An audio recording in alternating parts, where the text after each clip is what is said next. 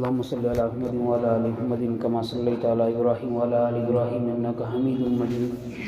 اللهم بارك على محمد وعلى ال محمد كما باركت على ابراهيم وعلى ال ابراهيم انك حميد مجيد. الحمد لله نحمده ونستعينه ونستغفره ونؤمن به ونتوكل عليه ونعوذ بالله من شرور أنفسنا ومن سيئات أعمالنا. من يهده الله فلا مضل له ومن يضلله فلا هادي له. ونشهد أن لا إله إلا الله وحده لا شريك له. قال الله تبارك وتعالى في القرآن الكريم: إنما يخشى الله من عباده العلماء. وقال الله تبارك وتعالى في موضع آخر: ولمن خاف مقام ربه جنتان. صدق الله العظيم وصدق رسوله النبي الكريم.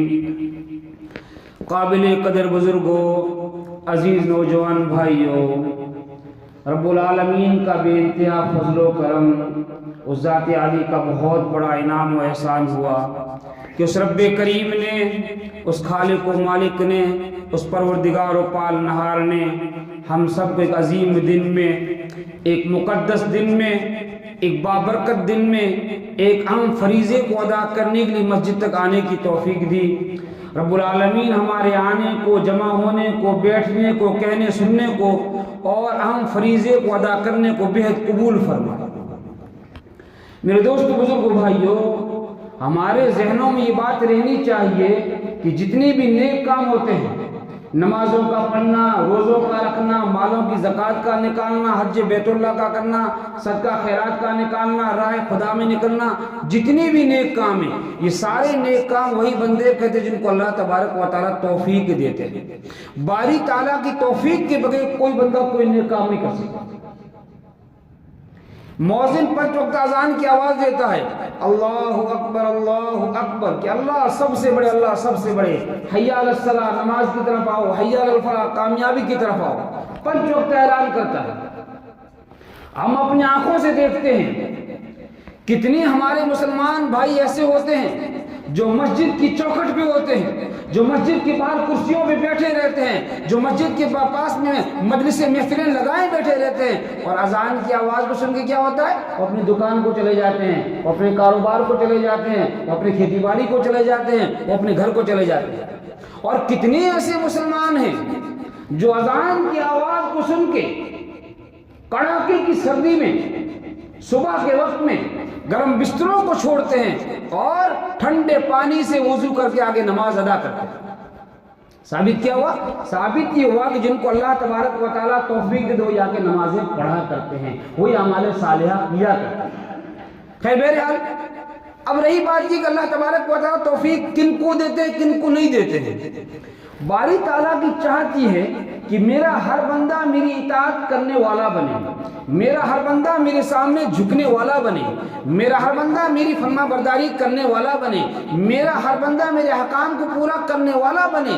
لیکن اللہ کہتے ہیں کہ شرط یہ ہے کہ بندہ مجھ سے اعمال صالحہ کی توفیق کو طلب کرے. جب بندہ اللہ سے ہاتھ اٹھا کے کہتا ہے: اللہ مجھے تو نمازوں کی توفیق دے دے، اللہ تو مجھے رمضان کی روزوں کی توفیق دے دے، اللہ تو مجھے حج کی توفیق دے دے، اے میرے اللہ تو مجھے اعمال صالحہ کرنے کی توفیق دے دے، تو اللہ اس کی دعا کو قبول کر کے توفیق دے دیا کرتا ہے.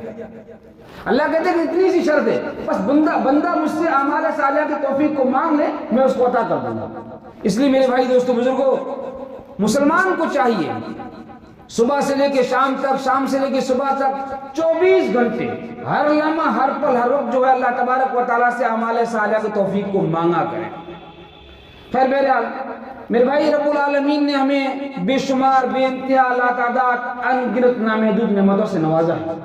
اللہ تبارک و تعالیٰ قرآن کریم میں فرماتے ہیں کہ اگر میرا بندہ میری نعمتوں کو گننا چاہے، میری نعمتوں کو شمار کرنا چاہے تو گن نہیں سکتا، گنتی نہیں لگا سکتا. بے شمار نعمت اللہ نے دی.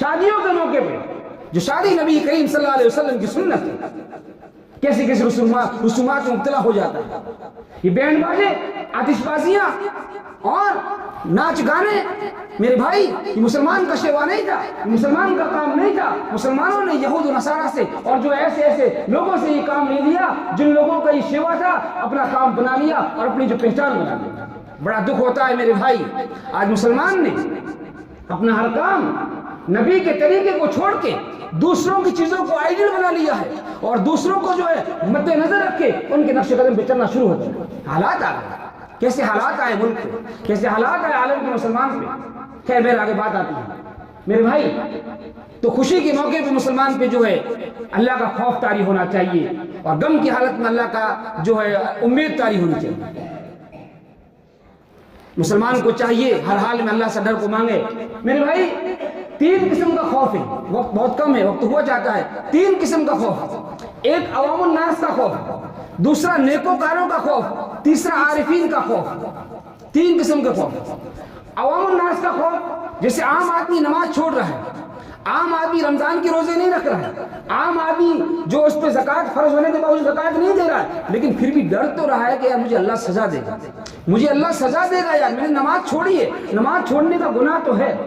جیسے بچے کو ڈر لگا، بچے کے ہاتھ سے گلاس ٹوٹا تو بچے کو ڈر لگا، اس طریقے سے عام آدمی کو ڈر لگتا ہے کہ میں گناہ کر رہا ہوں، اعمال چھوڑ رہا ہوں، اللہ کے حکموں کو توڑ رہا ہوں، مجھے سزا ضرور ملے گی. اور دوسرا خوف نیکوکاروں کا خوف، نیک لوگوں کا جو نمازیں پڑھتے ہیں، جو روزے رکھتے ہیں، جو مالوں کی زکوٰۃ نکالتے ہیں، جو حج بیت اللہ کرتے ہیں فرض ہونے کے بعد میں، اور جو اعمال صالحہ کرتے ہیں، تہجد کا اہتمام کرتے ہیں، 4 سوال شراب کا اہتمام کرتے ہیں، ان لوگوں پہ بھی اللہ کا خوف ہے. امام اعظم ابو حنیفہ رحمۃ اللہ علیہ، امام اعظم 40 سال تک عشاء کے وضو سے فجر کی نماز پڑھ کے بیت اللہ شریف تشریف لے جاتے ہیں اور وہاں جا کے ملتزم کو پکڑ کے، ملتزم سے لپٹ کے، مقام ابراہیم پہ پہلے 2 رکعت نماز پڑھ کے ملتزم سے لپٹ کے جو ہے اللہ تبارک و تعالیٰ سے کہتے ہیں ما عبدناک حق عبادتک، اللہ جو تیرا عبادات کرنے کا حق تھا میں حق ادا نہیں کر پایا. وما عرفناک حق معرفتک، رب تجھے جو پہچاننے کا حق تھا میں تجھے نہیں پہچان پایا. کون امام اعظم 40 سال تک عشاء کے وضو سے فجر کی نماز پڑھ کے جا رہے، اور آج 5 وقتہ نمازیں ٹوٹی پھوٹی پڑھنے والا کہتا ہے میں تو بخشایا، میں تو حاجی ہوں، میں جو تہجد پڑھنے والا ہوں، میں تو شراب پڑھنے، مجھے کسی چیز کی ضرورت نہیں. امام اعظم کہتے ہیں اللہ تجھے جو تیرا حق تھا عبادات کو ادا نہیں کر پایا. عارفین کا خوف، کاملین کا خوف. عبداللہ مبارک رحمۃ اللہ علیہ محدث تھے بہت بڑے، ان کے سبق میں اتنا بڑا مجمع ہوتا تھا کہ 40,000 تو ان کے مکبر ہوا کرتے تھے آگے سے آگے سبق پہنچانے کے لیے. اس دور میں مائک کا نظام نہیں تھا. بڑے اجتماعات میں آج بھی ہوتا ہے، جہاں بڑے بڑے اجتماعات ہوتے ہیں، نمازیں ہوتی ہیں، آگے مکبر ہوتے ہیں جو تکبیرات کے آگے تک آواز پہنچ پائے. عبداللہ عمر رحمۃ اللہ علیہ کے یہاں پہ 40,000 تو کیا ہوتے تھے؟ مکبر ہوتے تھے، آگے سبق پہنچانے والے. اندازہ لگائے ان کے سبق میں کتنے لوگ ہوتے ہوں گے، کیسے محدث تھے. اللہ نے کتنا بڑا کام لیا. لیکن جب ان کا آخری وقت آیا اپنے شاگردوں سے کہتے ہیں کہ مجھے نیچے لٹا دو. شاگردوں نے کہا حضرت کو نیچے کیسے لٹائے؟ انہوں نے پھر کہا مجھے نیچے لٹا دو. 3 مرتبہ کہا مجھے زمین پہ لٹا دو. تو شاگردوں نے جو ہے استاد محترم کے حکم کو مانتے ہیں ان کو زمین پہ لٹا دیا. عبداللہ عمر رحمۃ اللہ علیہ اپنی داڑھی کو پکڑتے ہیں اور زمین سے گھسٹتے ہیں اور کہتے ہیں اللہ میری سفیدی پہ ترس کر، اے اللہ میری سفیدی پہ ترس کا، سفیدی کا واسطہ مجھے معاف کر دے. یوں نہیں کہتے میں نے حدیث پڑھائی ہے، اللہ میرے اتنے شاگرد ہیں، اللہ میں نے اتنی نمازیں پڑھائی ہے، اللہ میں نے اتنے روزے رکھے ہیں، اور جب اللہ نے اتنی عبادات کی مجھے بخش دینا. وہ کہتے اللہ میری سفیدی پہ ترس کھا کے مجھے معاف کر دینا. کیسا خوف تھا ان کے دلوں میرے بھائی، کیسا ڈر تھا. حسن بصری رحمۃ اللہ علیہ اللہ کی یاد میں میرے بزرگ کو کیسے رویا کرتے، لکھا ہے کتابوں میں. چھت پہ جا کے وہ نمازیں پڑھا کرتے، رات کو اللہ کے سامنے رویا کرتے اور ایسے روتے کہ حسن بصری کے آنسو گر کے بعض مرتبہ پنالے سے نیچے آ جاتا. اور حسن بصری جوانی کے عالم میں ان پہ اللہ کا خوف ایسا طاری رہتا کہ چلتے تھے تو یوں محسوس ہوتا تھا کوئی جوان اپنے بوڑھے باپ کو جو ہے دفنا کے آ رہا ہے، اور بیٹھے رہتے ایسا محسوس ہوتا تھا کہ یہ جوان ہے جس پہ جو پھانسی کا حکم ہو چکا ہے. ایسے غم میں رہتے تھے، ہمیشہ ڈر میں رہتے تھے۔ رابعہ بصیر رحمۃ اللہ علیہ کیسی نیک خاتون گزری میرے بھائی، ہمارا کوئی آنسو کبھی اللہ کی یاد میں نہیں گرتا ہے، اور رابعہ اللہ کی یاد میں ایسی رویا کرتی، ایسی رویا کرتی، لکھا ہے کتابوں میں بعض مرتبہ رابعہ کے ایسے آنسو آتے کہ آنسو اور پانی کو زمین پہ اچھڑک دیا کرتی تھی اور زمین سے گھاس اگ جایا کرتا تھا، گھاس کو چرند پر دکھایا کرتا تھا، ایسی اللہ کی یاد میں رونے والی ہوتی۔ کیسا خوف تھا ان کے دلوں میں۔ ایک مرتبہ رابعہ کے سامنے پیالے میں گوشت لایا گیا، خادمہ نے گوشت پیش کیا، رابعہ نے گوشت کو دیکھ کے رو دیا، ان کی آنکھوں میں آنسو آ گئے، بے چینی طاری ہو گئی۔ خادمہ نے پوچھا کیا آپا کیا وجہ بنی؟ رابعہ کہتی ہے مجھ سے تو یہ مرغا اچھا تھا کہ اس کو پہلے ذبح کیا گیا، پھر اس کو کاٹا گیا، پھر اس کو پکایا گیا، اگر مجھ کو میرے اللہ نے معاف نہیں کیا تو مجھے تو زندگی کو جہنم میں جلائے گا۔ کیسا خوف تھا میرے بھائی۔ عمر رضی اللہ تعالیٰ عنہ ان کے سامنے انہوں نے پانی طلب کیا، کسی نے ان کو شربت کا پیالہ دے دیا، شربت کے پیالے کو ہاتھ میں لے کے رونے لگے اور کہا، پوچھا تو بتایا، رونا اس بات پہ آ رہا ہے کہیں ایسا نہ ہو کل میدان محشر میں اللہ یوں نہ کہے عمر تو نے تو تیری نیکیوں کا صلہ دنیا ہی میں لے لیا۔ کیسا ڈر تھا ان کے دلوں میں میرے بھائی، بہت سارے واقعات ہیں خوف خدا کے۔ ابو بکر رضی اللہ تعالیٰ عنہ ان کے دل میں کیسا خوف اللہ کا ہوتا تھا، وہ روتے تھے، بے چین رہا کرتے تھے، کہتے تھے کاش کہ میں کسی مومن کا بال ہوتا، کاش کہ میں تنکا ہوتا، کاش مجھے میری ماں نے جنا ہی نہ ہوتا۔ 24 گھنٹے ان کے دلوں میں اللہ کا ڈر رہا کرتا تھا۔ میرے بھائی آج ہمارے دلوں سے اللہ کا ڈر نکل گیا، اللہ کا خوف نکل گیا، تو مسلمان جو ہے جھنڈ کے جھنڈ پہ اور جو قطار در قطار گناہوں کے اڈوں پہ جا رہا ہے۔ آج مسلمان کو دیکھا جائے، مسلمان شراب کے اڈوں پہ مسلمان نظر آتا ہے، زناکاری مسلمان ملوث ہے، بدکاری میں مسلمان ملوث ہے، جوا مسلمان کھیلتا ہے، بدنظری مسلمان کرتا ہے، ڈاکہ مسلمان ڈالتا ہے، چوری مسلمان کرتا ہے، دھوکہ مسلمان دیتا ہے، اور چگلی غیبت تو مسلمان کا شیوا بن گیا۔ چگلی کرنا، غیبت کرنا، ایک دوسرے پہ الزام لگانا، الزام تراشی کرنا، یہ تو مسلمانوں کا کام ہو گیا۔ میرے بھائی اللہ سے ڈریں، اللہ سے ڈریں، اللہ کے ڈر کو دلوں میں اتاریں۔ کیسے حالات ہو گئے آپ کو معلوم ہونا چاہیے۔ نبی کریم صلی اللہ علیہ وسلم کی حدیث ہے، جو مسلمان اعمال کو چھوڑ دے گا، اپنے رب سے ڈرنا چھوڑ دے گا، رب کے ڈر کو دل سے نکال دے گا، تو اللہ ظالم بادشاہوں کو مسلط کر دے گا، اللہ ظالم بادشاہوں کو مسلط کر دے گا۔ آج ہم دیکھ رہے ہیں، آج ہمارے پاس ظالم بادشاہ مسلط، ظالم طاقتیں ہم پہ مسلط۔ یہ کیوں ہوا، کب ہوا؟ جو مسلمان نے دل سے اللہ کے ڈر کو نکال دیا، تہجد میں اٹھنا بند کر دیا، اور گھروں سے، ارے بڑا دکھ ہوتا ہے مسلمان محلے سے نکلتے ہیں، گھروں سے گانوں کی آواز آتی صبح فجر کے ٹائم، یہ اللہ کیا ہو گیا۔ ایک وقت مسلمان کے گھروں سے قرآن کریم کی تلاوت کی آواز آیا کرتی تھی، قرآن کریم کی آواز آیا کرتی تھی، آج مسلمان کے محلوں سے سنتے ہیں کہ گانوں کی آوازیں آ رہی ہیں۔ عذاب نہ آئے گا تو کیا ہوگا، حالات نہ آئیں گے تو کیا ہوگا میرے بھائی۔ اپنے رب کو راضی کریں، رب کو راضی کرنے کی کوشش کریں، رب کو منائیں۔ ہمارا رب آج ہم سے ناراض ہے، رب ناراض ہے، رب کو منائیں، تہجد میں اٹھا کریں، 2 رکعت 4 رکعت نماز پڑھ کے اللہ سے مانگا کریں، اللہ کے سامنے رویا کریں۔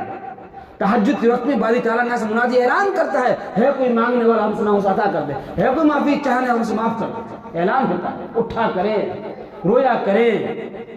نوجوان خاص طور سے عبادات میں اپنے آپ کو لگائیں، اپنے آپ کو لگائیں، خوب روئیں۔ ہم مسلمان کوشش یہ کرے کہ صبح سے لے کے شام تک، شام سے لے کے صبح تک 24 گھنٹے میں کوئی کام مسلمان کا ایسا نہ ہو جو اللہ کے حکم کے خلاف ہو، نبی کریم صلی اللہ علیہ وسلم کے طریقے کے خلاف ہو، ایسا کوئی کام نہ ہو۔ اس کی فکر لے میرے بھائی۔ آج اس ارتداد کے زمانے میں کتنے ہمارے مسلمان مرتد ہو رہے ہیں، کتنی ہماری بچیاں جو ہے مرتد ہو رہی ہیں، کیسے کیسے حالات بنے، کیا بیان کریں، کیا سمجھائیں، کیا بات کریں۔ رونا آتا ہے حالات مسلمانوں کو سن کے میرے بھائی۔ اس کی فکر لے، کون فکر لے گا؟ کوئی انبیاء آنے والے نہیں، انبیاء کا سلسلہ ختم ہو چکا ہے، ہماری ہی ذمہ داری ہے۔ وہ میں نے ایک مرتبہ شاہ جہاں بتایا ہوگا، بنی اسرائیل کا 1000 سال کا عابد 1000 سال تک اس نے اللہ کی عبادت کی، اللہ کے سامنے رویا، اللہ کی حمد بیان کی۔ باری تعالیٰ نے کہا کہ جاؤ، فرشتوں کو حکم کیا کہ پوری جو ہے بنی اسرائیلی قوم کو پہاڑوں کے بیچ میں پیس کے ختم کر دو۔ فرشتے وہاں پہنچ کے دیکھتے ہیں کہ اللہ تیرا نیک بندہ بیٹھا ہوا،